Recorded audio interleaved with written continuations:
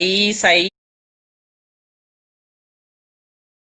especialização, as coisas já Uhum, estão um pouco mais esclarecidas, né? sim, Eu acho que está mais fácil hoje em dia de estudar com processamento certeza. auditivo do que eu estudei na minha época de estudante Uhum, de fono. é, com certeza, com certeza.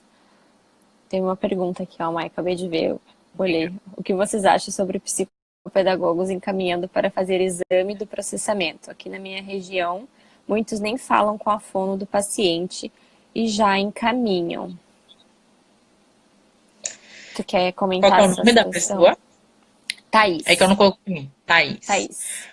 Bom, Thaís, como eu falei, né, a princípio, eu acho que é super importante uma equipe multidisciplinar.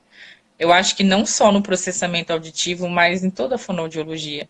Né? Uhum, Por exemplo, lá no implante, né, que eu e a Nath, a gente tem a mesma formação no implante, a gente trabalha com uma equipe lá, com médico, com sim, psicólogo, com outras fonos, né, porque não dá para a gente fechar um caso sozinho. Eu acredito que com processamento auditivo mesmo. também. Então, assim, às vezes eu acho que vale a pena, né, a gente quebrar um pouco essa barreira. Eu falo isso porque eu sou meu cara de pau, né? Eu ligo para profissional, eu Eu pergunto, ia passo horas ali às sugerir, vezes no telefone, sim, né? Porque a é, gente precisa entender, Thaís, por que que ela está encaminhando tanto? Né? uhum, Ela acha que ela está achando que tudo é processamento auditivo, que o uhum, paciente dela não está evoluindo, então ela acha que o problema está na audição. Né? Então a uhum, gente precisa, às vezes, esclarecer para outros profissionais o que, que realmente é o exame, uhum, o objetivo, o que, que ele uhum, avalia, porque criou-se esse mito muito grande de que o paciente não está evoluindo na fonoterapia.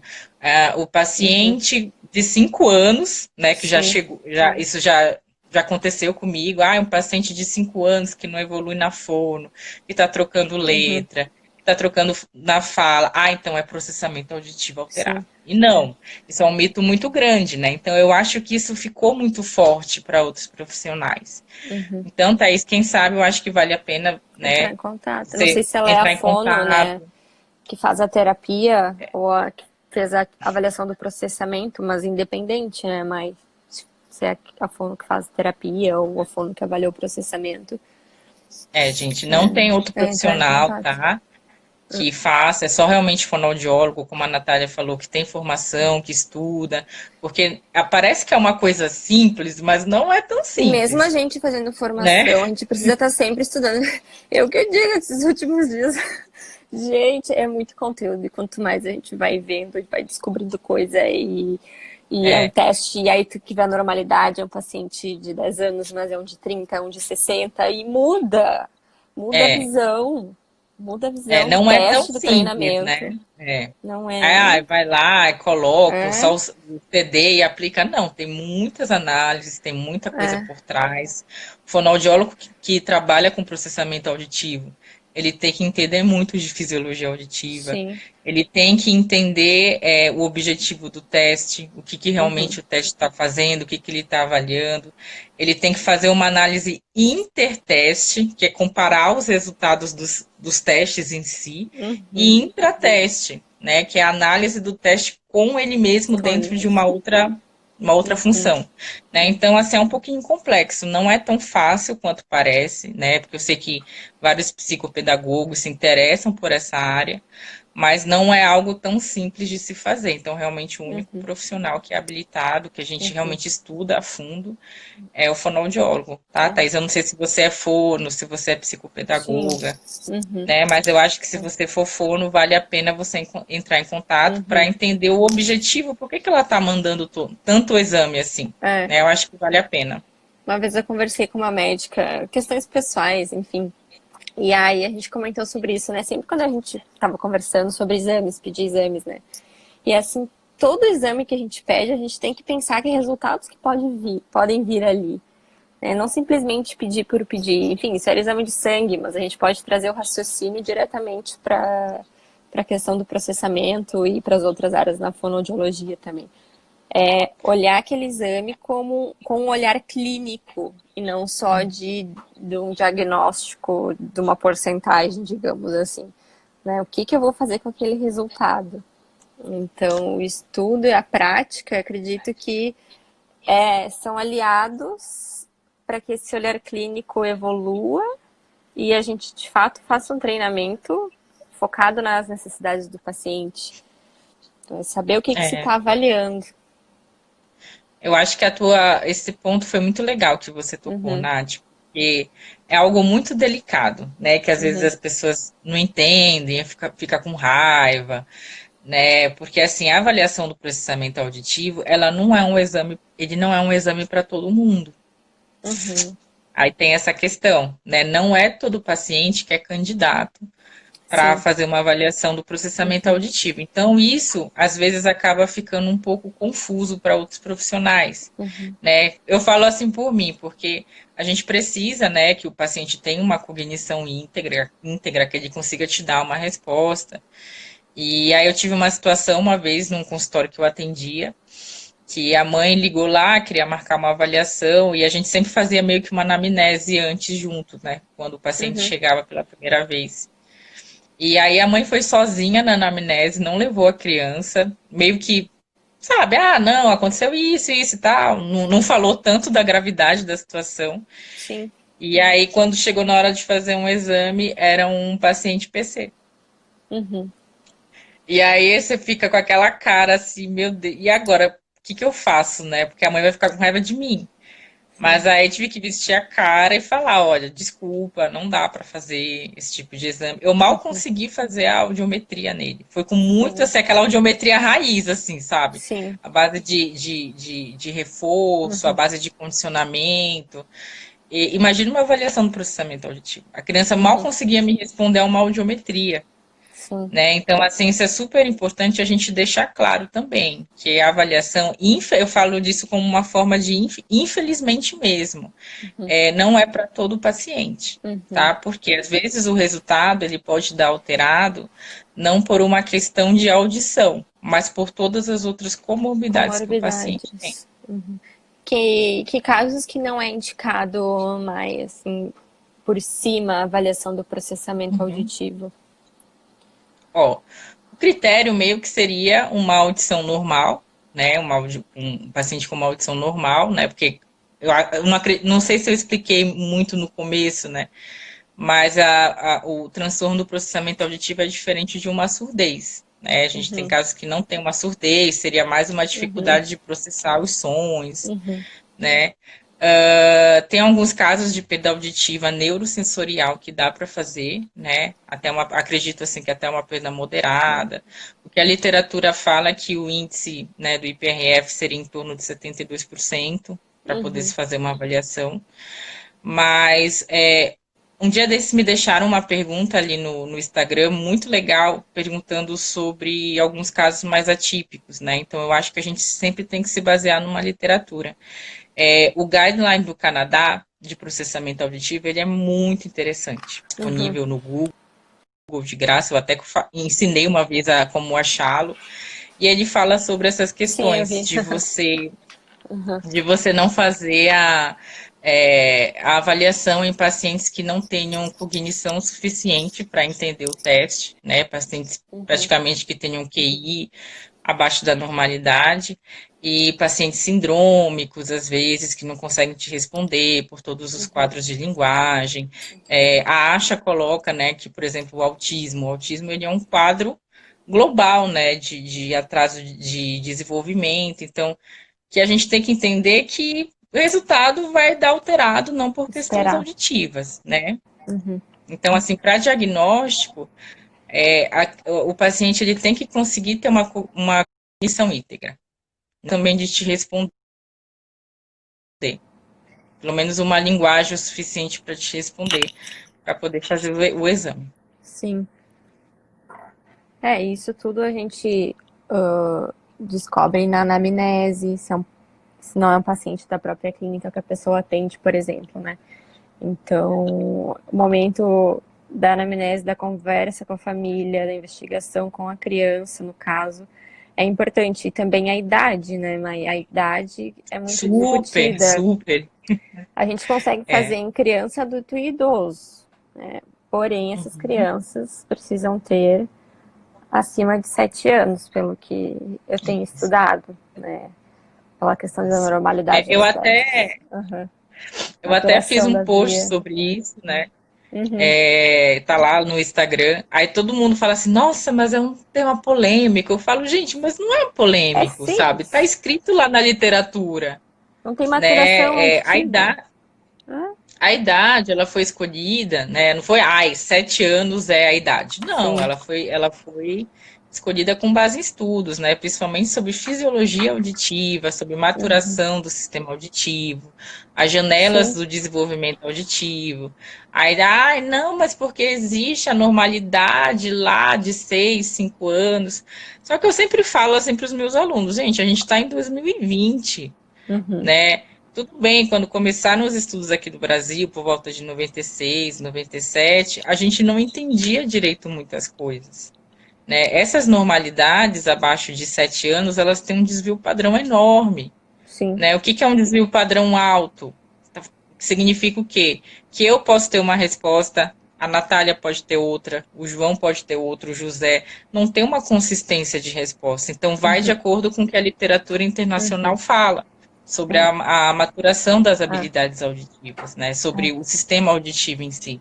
Uhum. Então, eu acho que isso a gente precisa despolemizar esse tema da idade, porque realmente eu sempre Tentar falo tornar como para quem algo faz básico. Que algo nem básico é assim, a né?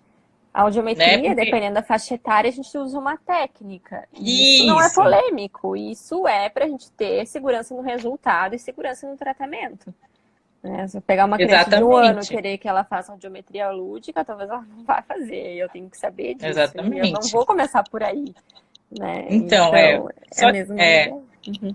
só que no processamento auditivo ficou essa questão um pouco confusa, né? Por isso que eu te Uhum. falei. Ah, Desde 97 para hoje, 2020, muita uhum. coisa mudou. É Uhum. muita coisa de verdade. Então, eu acho que a gente precisa, assim, avançar em alguns passos. Eu sempre Uhum. falo. Aí alguém deixa um comentário lá e faz uma live sobre a idade. Eu falei, gente, eu já fiz milhões de lives sobre a Não é idade, que não possa né? treinar, né, Maia? Acho que Não não é que não é possa estimular habilidades auditivas, são coisas diferentes. Mas a diferentes. gente pegar as habilidades auditivas e dizer que a criança de 5 anos tem um transtorno do processamento auditivo, acho que vai causar um transtorno na vida, talvez desnecessário, né? Por Exatamente, não ter né? maturação ainda de via auditiva É. para Eu dizer. confesso, assim, Uhum. Nath,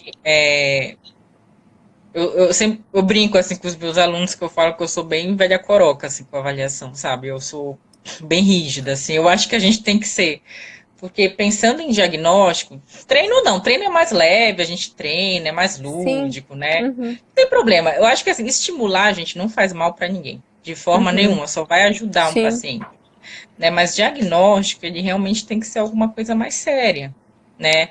Porque assim, o diagnóstico que você Uhum. faz, ele vai direcionar o paciente, Uhum. né? Então chega lá, digamos, o paciente chega lá com você, primeira vez, ele nunca passou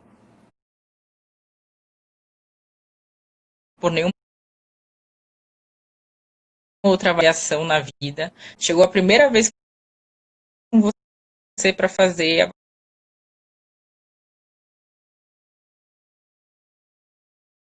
avaliação do processamento auditivo, Uhum. né? Mas aí você não sabe direito a história, você não sabe o que, que ele está fazendo ali, às vezes ele chega com uma queixa escolar, né? E aí você tem só o teu exame.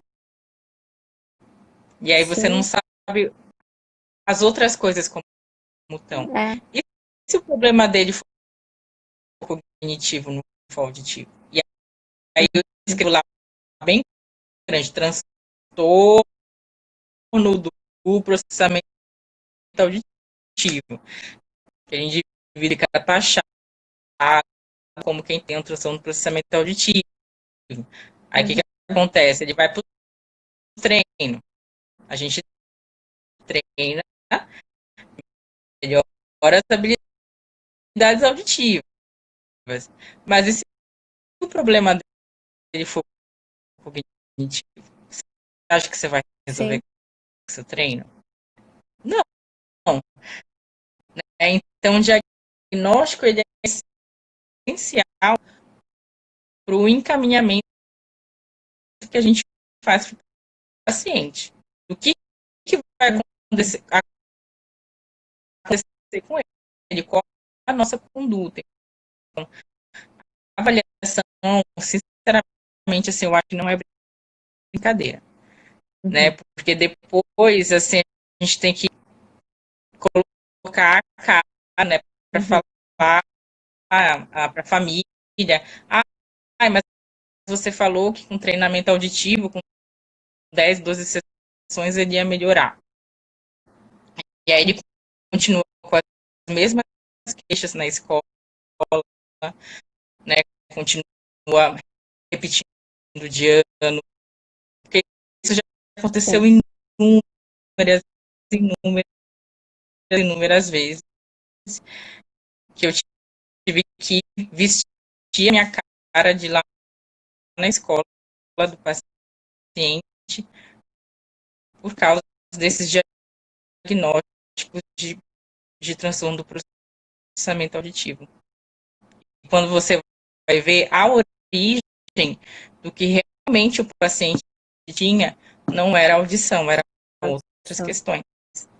Tá? Então, o diagnóstico, gente, a gente tem que ser bem coroca mesmo, porque eu acho que a gente está tratando com vidas, né? Está tratando com direcionamento clínico. Então, a avaliação do processamento auditivo, ela não é brincadeira, tá? Então, acho que queria deixar isso bem claro, assim, para todo mundo, porque a gente está com assim, um direcionamento clínico do paciente na mão. E nem tudo é. De acordo com o resultado que você acha de um teste, né? Dependendo do teste que você escolhe, pode dar um resultado alterado, outros nem tanto. Então, o fonoaudiólogo, ele tem que estar sempre se atualizando quando ele trabalha processamento auditivo. Não dá para a gente ficar fazendo diagnóstico como era feito lá em 1960. Lá em 97. Também não dá. A gente realmente tem que se atualizar bastante. Legal, legal. E agora me vem em mente, a gente está falando bastante de criança, né? A tua experiência com adultos, como que eles chegam? Quais são as queixas, né? A gente vê muito que, dificuldade para entender o ruído, às vezes para aprender uma segunda língua. Qual é, assim, a tua experiência com adultos? Conta pra gente. Tá. Nath, deixa eu te perguntar, é que eu desliguei aqui o computador, você está cronometrando o tempo? Nós temos 20 minutos, acho que aqui a gente fala sobre esse assunto e já vemos o resto das perguntas, acho. Só para a live não fechar, assim, quando a gente vai já falando. De olho agora. A minha com a Cris fechou, né? Então, vamos lá. Eu vou contar um caso rapidinho, Nath, que foi um caso que me marcou muito, assim, na minha vida clínica, né? Ali na USP, desculpa, gente, lá no laboratório da USP, além de ter a parte de pesquisa, tem um ambulatório clínico também, né? Que nós, como pós-graduandas, assim, também tinha que ralar atendendo ali para botar a mão, para pegar, como é que avalia. Mestrado e doutorado na fonoaudiologia não é só dentro de livro, gente. A gente põe a mão na massa, gente, trabalha. É bom. É trabalho raiz, assim, e lá é muito trabalho, né? Então, assim, acabei avaliando muito a criança, treinando, porque lá também tem um ambulatório clínico muito forte. E a gente aprende muito. E aí chegou um paciente que eu acabei atendendo ele, que ele era um rapaz, eu acho que ele tinha uns 23, 24 anos. Ele fazia engenharia da computação na USP, que não é um curso tão fácil de se passar, né? De conseguir lidar com as matérias e tudo. E aí eu achei estranho, né? Eu falei, nossa, um rapaz de 23 anos vindo fazer avaliação, que a gente está acostumado com criança, né? Sim. No universitário, assim, aparentemente nada, né? Aham. E eu falei, ah, tá, eu comecei a anamnese dele, e aí, o que que você tá fazendo aqui, né? O que que eu posso te ajudar? Aí ele falou assim uma queixa muito clássica assim de transtorno do processamento auditivo. Ele falou assim, olha, desde criança, para mim, é muito difícil eu entender o que as pessoas falam, principalmente quando tem muito barulho junto, né? Na sala de aula eu Parece. sempre me atrapalhei muito, né? E isso chegou na minha vida acadêmica, né? Eu numa faculdade. E aí ele falou assim para mim, chegou num ponto que eu não estou conseguindo acompanhar a voz do professor. Aí ele falou Uhum. para mim, o que que eu faço? Eu gravo a aula, quando chego em casa, eu coloco um fone de ouvido e escuto, para conseguir Uhum. entender. Então, assim, Sim. o que que foi isso? Ele provavelmente devia ter na infância, não tratou, né? Uhum. Aquilo ali, ele não conseguiu usar estratégias para compensar Sim, as para dificuldades que compensar. ele tinha. E foi indo, empurrando com a barriga, empurrando, empurrando, até que chegou uma hora que não deu mais, Sim. né? E eu falei assim, nossa, sério? Ele falou, inclusive eu tenho que escutar com fone, assim, eu não posso escutar sem nada, porque eu não consigo entender. Muita Então, atenção, adultos, né? Muita, se a muita. gente for parar para pensar, ele escolheu uma área que ele não tinha que lidar com o público, né? Que ele não tinha que É, falar com alguém, que ele não tinha que escutar. Basicamente, ele trabalhava só com computador. Inclusive, sim. ele era um rapaz muito inteligente, muito bom no que ele fazia. Ele até me ajudou um pouco, assim, me deu umas dicas, que eu estava montando um software, assim, no doutorado. E chegou, né? Ele era inteligente, mas que ele realmente tinha uma dificuldade de compreensão muito grande. Né? Então, eu acredito que adultos, Nath, são esses casos, assim, de Uhum. isolamento, né? Que eu vou procurar não falar muito, eu vou procurar não falar muito ao telefone, Uhum. buscar empregos que você não tenha que lidar com Com o pessoas. público direto, né? Né? E Quando ele carrega isso falou ao isso, longo, né? Uhum. sabe? Aí você vai lembrando dos textos do Music. Eu falei, não, o Uhum. Music tinha razão mesmo. Porque a frase Né? vem, Então, né? A queixa, parece que eles leram os é, sintomas, o né? sintoma. Então, Parece que assim, a pessoa leu. me marcou muito esse caso. E aí, assim, eu falei, nossa, deve estar exagerando, assim, né? Não deve ser tão ruim, né? E aí eu fui fazer a avaliação dele.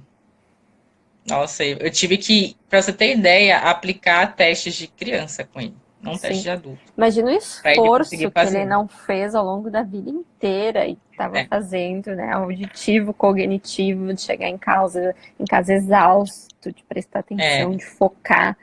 É, é complicado, então, é. complicado. Eu nem sei depois muito o Uhum, que aconteceu com ele, porque ele tinha sim. horários ruins. Eu até falei, vamos fazer um treino, né, para ver se melhora essa parte Uhum, aí, porque realmente ele era muito alterado. Ele sim. tinha muita alteração, principalmente de ordenação temporal. Né? E aí, mas ele tinha os compromissos, aí não apareceu mais, né? Mas Sim. enfim, foi um caso clássico assim de adulto que me marcou, uma dificuldade de compreensão imensa, né? Principalmente em ambiente Uhum, com escuta competitiva, né? Com ruído de sala de aula. E ele escolheu uma profissão que ele não tinha que lidar com o público. uhum, legal. Legal investigar essa questão do trabalho, da profissão, porque nos diz muito também das preferências, da personalidade da pessoa que ela construiu ao longo da vida, né? E pode Com nos certeza. dizer muito da questão auditiva. Vamos ver aqui se tem alguma pergunta. Vou ver lá de cima, porque me escapa às Eu, vezes. não, eu só vejo a Letícia aqui, eu não consigo ver mais ninguém. Vê se tem É, algum aí para você. tá. Então, desde cima, vamos ver. O pessoal dizendo que trabalha com processamento. Karina, querida, dizendo que faz tempo que não te vê. Ai, nossa, E a mim eu e a não, Karina. faz vezes. Querida. Uhul, hoje vai estar bom. Também gostei, Letícia. Adorei essa conversa, muito legal. Simone, beijo. Alexandre, oi. Também Nath, tive aproveitando, posso básico. dar um recadinho enquanto você está Diga. lendo aí? Uhum, É que assim, tem bastante gente me deixando mensagem no direct sobre o meu grupo de estudos em processamento uhum, auditivo, tá? Deixa eu só explicar um pouquinho. Gente, esse grupo de estudos, ele não é para profissionais iniciantes, já é um pouquinho avançado, tá? Para quem já trabalha com processamento auditivo, já tem experiência. E aí tem um monte de gente me mandando mensagem, como é que faz para me inscrever? Como é que faz para me inscrever? A gente vai abrir inscrição só em março. tá? Porque assim, sexta-feira eu vou gravar as aulas, tem 2 temas de aula, tá? Então até a gente colocar no site, até finalizar os e-books, que dão muito trabalho, até a gente testar que tá tudo bem, tá tudo legal pro aluno, então a gente estipulou primeira semana de março para inscrição, tá? Então por enquanto a gente não tá fazendo inscrição, vai ser um pouquinho mais para frente, tá? Isso, faz uns destaques ali, coloca. Leia os destaques. Eu vejo pelos outros E vai ter um sorteio, viu? Sexta-feira eu acho que eu vou sortear uma vaga gratuita, Eu vou ganhar. tá? E assim, participem que eu acho que ficou um trabalho bem legal, assim, não é porque sou eu que faço, mas eu sempre acho que é muito difícil, às vezes, para um profissional estar se deslocando para fazer um congresso, para fazer um curso, para fazer um mestrado, um doutorado, que a gente sabe, Nath, o quanto que a gente tem que abrir mão de muitas coisas para fazer uma graduação. Então, o meu objetivo meio que com esse grupo foi a gente discutir, assim, textos que fizeram a diferença na minha formação, né, no que eu aprendi lá no laboratório lá da USP, né, e trazer um pouco de realidade do que é discutido ao longo do mundo, né, para a gente não ficar muito presos em alguns paradigmas muito antigos. Então, é uma forma da gente estar todo mundo estudando junto. Muito legal, estarei no sorteio. Tem uma pergunta aqui. Psicopedagogas, na verdade, uma afirmação, também trabalham com treino auditivo onde atuo. O que fazer? Eu acho que tem que fazer comigo. Diga. Aí, nesse caso, eu acho que tem que tomar uma atitude um pouquinho mais rígida, né? Aí tem que. Eu não sei porque o conselho de fono acho que não pode intervir. Porque o conselho de fono só serve para fiscalizar fono, né? Eu não sei se eles fiscalizam outra profissão. Mas aí eu acho que tem que ver se tem algum conselho de psicopedagogia e falar lá com o conselho para eles notificarem ela que ela não pode atender, né? Eu não sei se tem alguém aqui que trabalha no conselho, mas não pode como exercício ilegal. Eu acho que é só o conselho de fono só fiscaliza fonos, fonoaudiólogos, assim. Se está exercendo alguma coisa ilegal na profissão, né? No mas caso, a gente acho fazer um trabalho de psicopedagoga diretamente. Aí tem que intervir porque, assim, tá errado, né? Ela tá exercendo uma profissão, algo ilegal dentro da profissão dela. E vamos pensar no paciente, né, gente? Porque ela não tem formação para fazer um treinamento auditivo, né? Às vezes, eu falo por mim, na faculdade eu nem tive treino. Eu fiz o meu doutorado com treino, eu fui aprender no doutorado, porque não é algo nem tão típico do curso de fono. Tem cursos que têm avaliação, mas tem cursos que não tem treino. Eu recebo muito aluno falando, eu não tive treino na faculdade de fono, não consegui ver, ou então era muito pouco. Então, nem a gente direito dentro do curso de fono, às vezes, consegue ter uma formação suficiente para trabalhar com treino. Como é que Aí imagina um profissional que nunca viu, nunca estudou nada. Então, aí nesse caso, eu acho que tem que porque quem está sofrendo com isso é o paciente. Que o Conselho de Psicopedagogia publicou uma nota orientando profissionais que treinamento de processamento auditivo é do fonoaudiólogo. Legal. Então, não deve ser, não é de hoje. Mas aí tem que chegar, eu acho que tem que pelo menos essa pessoa ser notificada, né? Que isso é exercício legal de profissão. Né? Assim como a gente, se a gente for lá e abrir a cabeça de um paciente lá, a gente tem penalidade, né? Imagina. Então não pode, tá, gente? É só realmente fonoaudiólogo que pode. Tem outra aqui, ó. Dos 5 aos 7 anos, a avaliação não pode ser feita como uma forma de triagem e, de acordo com as habilidades alteradas, ser já realizado um trabalho terapêutico de intervenção. É claro que se não houver alteração cognitiva associada. Então, mas aí vamos pensar, 5 anos, será que essa criança ela tem maturidade suficiente para aquela resposta? Vou dar um exemplo rápido aqui, porque a gente está com um tempo curto, né? Imagina assim, que estou chutando uma hipótese, que eu tenho até os 13 anos para crescer de altura, né? Aí com 8 anos, a minha mãe me leva num médico. E o médico fala assim, vamos enfiar hormônio nela, porque para acelerar o tempo dela de crescimento, sendo que eu tenho até os meus 13 anos para crescer. Então eu faço essa analogia. 5 anos, gente, o córtex não está nem formado direito. sabe? Fisiologicamente, né? Processamento temporal, principalmente, que só tem maturidade lá por volta de 10, às vezes 12 anos. Não tem nem conexão neural ali direito. Então, para que você vai fazer isso? Ah, como uma forma de estimulação precoce? Não, gente, deixa a criança se. Eu acho assim, deixa o paciente se desenvolver. Né? Porque ele tem até os 7 para te dar aquela resposta que está escrita ali na normalidade. Mas não significa que ele não está se desenvolvendo. O que tem assim de estudos em fisiologia auditiva é que às vezes até 12 anos, até 12, gente, córtex auditivo, às vezes até por volta de 10, 12 anos, ainda está se desenvolvendo. Né? Então, 5 anos, gente, eu acho que não tem nem neurônio assim se beijando assim direito. Sabe? Então, eu não acredito nessa visão de intervenção precoce. Eu acho assim, se você tem um paciente... processamento auditivo, no caso. Eu acho assim, se você tem um paciente que tem queixas, poxa, ele não se concentra direito na sala de aula, quando tá ruído, ele se distrai. Nada te impede de estimular, fazer ali umas atividades de escuta no ruído com ele. Mas para avaliar, não. Tá? Principalmente porque, como eu expliquei aqui, as normalidades que a gente tem. Localização e memória sequencial. Não é isso que vai dar o diagnóstico. Porque memória também não é nem habilidade auditiva. Memória é habilidade cognitiva. Tá? Memória, atenção, são habilidades cognitivas, não são auditivas. Tá? Então aí precisa ver um pouquinho essa parte de conceitos realmente, porque... Mas isso é comum, eu vejo um monte de post aqui no Instagram, atividade para melhorar o processamento auditivo na atenção auditiva. Gente, não é habilidade auditiva, né? Então assim, a habilidade auditiva, ela é sensorial, né? A dificuldade, ela tá no input, na entrada aqui, né? No que está entrando do ouvido aqui lá para o cérebro, né?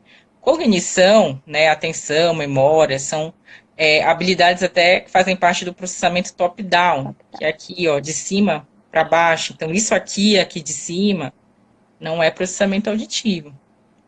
Tá? Então, a gente precisa ver, é o que eu falo de a gente rever alguns conceitos que são muito antigos.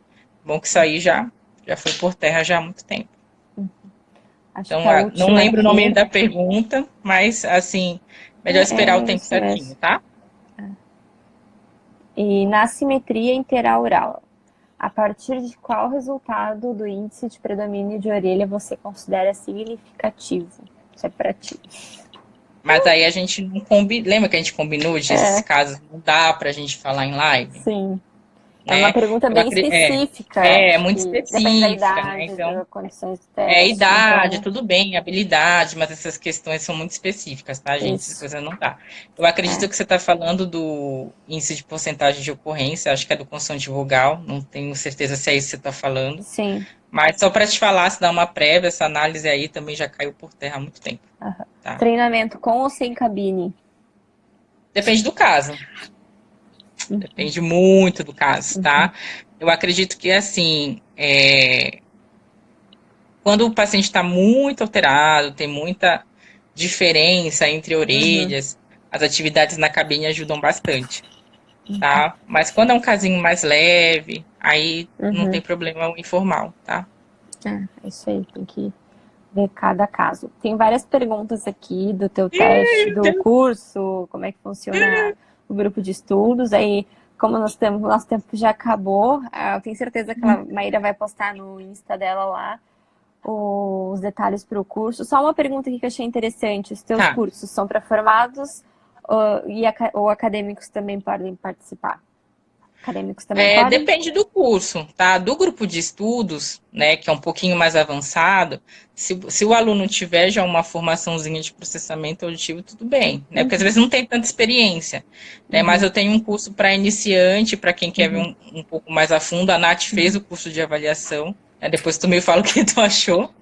Né, que é um curso é bom porque vejo e revejo. Que é um curso de avaliação mesmo, lá dos princípios, de análise de testes, tá? Aí eu acho que talvez esse seja um pouco mais interessante para quem está começando. É isso aí. Última pergunta aqui, ó.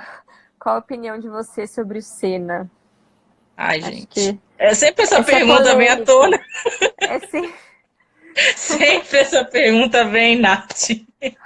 Faltando um Quer minuto. falar? Não. Não, porque eu não tenho Ó, conhecimento de causa tá. para falar, então eu prefiro me abster.